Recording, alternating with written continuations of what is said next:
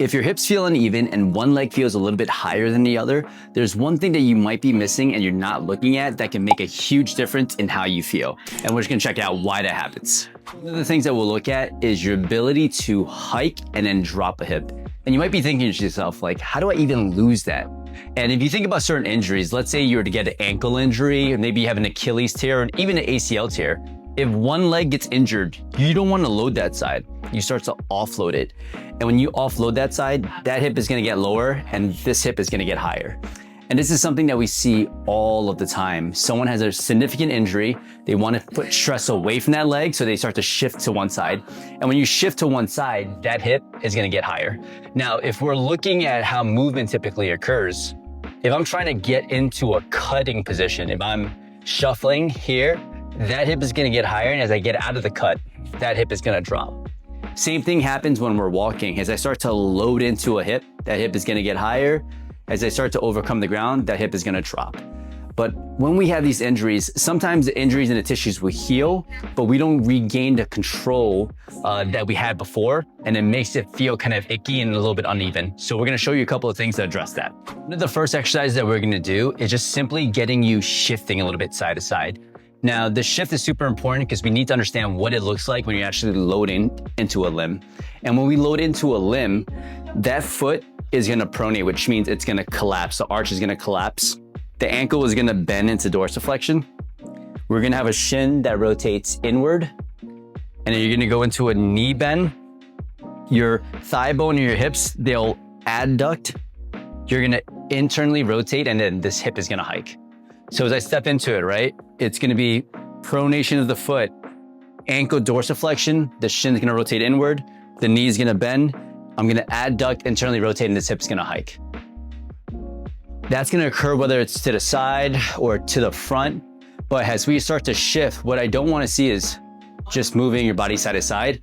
I want you to take a wide stance and feel your hip get a little bit higher as you move into one side and feel it drop as you get out of it.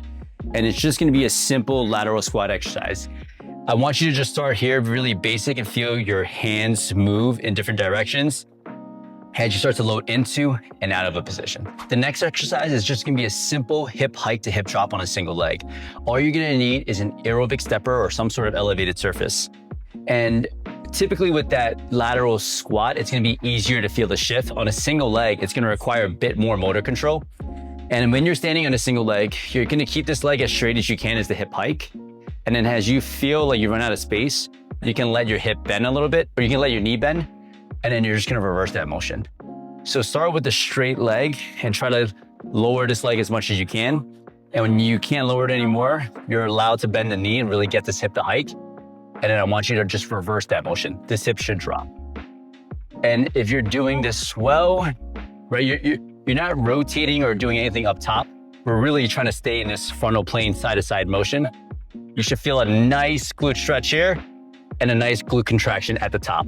And I'll go for 10 to 15 reps for people that have a hard time doing this motion in the warm-up before we go into more dynamic movements. This movement we're gonna do now is we're gonna try to take that hip hike and hip drop concept into something that's a little bit more dynamic, that's gonna require a little bit more effort, a little bit more postural control, a little bit more stability. And it's this reverse step down to overhead reach. So same setup, we're gonna be standing on a elevated surface. And I'm gonna reach, if I'm standing on my left leg, I'm gonna reach my right arm forward. I should feel this hip hike. And then once I get as far as I can, I'm gonna reverse that into a march. And the march, again, we're letting this left hip drop, and I'm actively reaching this arm up towards the ceiling. And then that's just gonna be one rep. And each repetition, I'm trying to get a little bit further, trying to hike this hip up a little bit higher. And then when I come up this way, I'm trying to drop that hip a little bit more and reach my arm up a little bit more. Something that you're gonna find, maybe you don't feel the difference with the regular hip hike and hip drop, but as we start to make the exercises a little bit tougher, if you're seeing asymmetries, these are great things to plug into your warm-up to start to improve the control of your pelvis and your hips, and it's gonna make the lower back and that hip area feel so much more mobile. Whenever we're developing control of a muscle or a joint, what we wanna do is expose it to a lot of different patterns or different directions. And the reverse step down to overhead reach is more forward and back. This lateral wall march is gonna be a little bit more side to side. So I'm gonna keep my heel down. I'm reaching the opposite leg. I'm finding that stretch in the back pocket, and then I'm slowly gonna come up into a calf raise and a march. And I want this right hip to drop as much as we can. And then I'm gonna reverse it back, find that stretch in the glute, get as far as we can there, come up to the top and really drop the hip as much as we can. And as long as you're fighting for just a few centimeters more of movement on the way down, right? Getting the hip high and on the way up, getting the hip to drop, you're gonna feel such a crazy glute contraction. And if this is something that's difficult, again, these are such basic exercises that we check off for all of our athletes. And if you're someone that's experiencing an uneven hip sensation, and these exercises are definitely different in terms of difficulty side to side, whether that's muscle work, whether that's just general control and coordination, I highly recommend putting this into your warm-up. There are so many different reasons why someone might feel a little bit asymmetrical side to side. And honestly, sometimes that just might be how they sense things, right? There's nothing inherently wrong with the body. So I don't want you guys to think that you have to fix everything. But if there are huge kind of asymmetries or deficits that you see from side to side, strength, mobility, coordination and control, using a hip hike and hip drop drills that we just displayed would be great kind of uses every time, right? Especially if you're just having a random warm up, or if you've been dealing with rehab issues and nothing seems to address it. Other things that you might want to even look at is how well can someone internally rotate?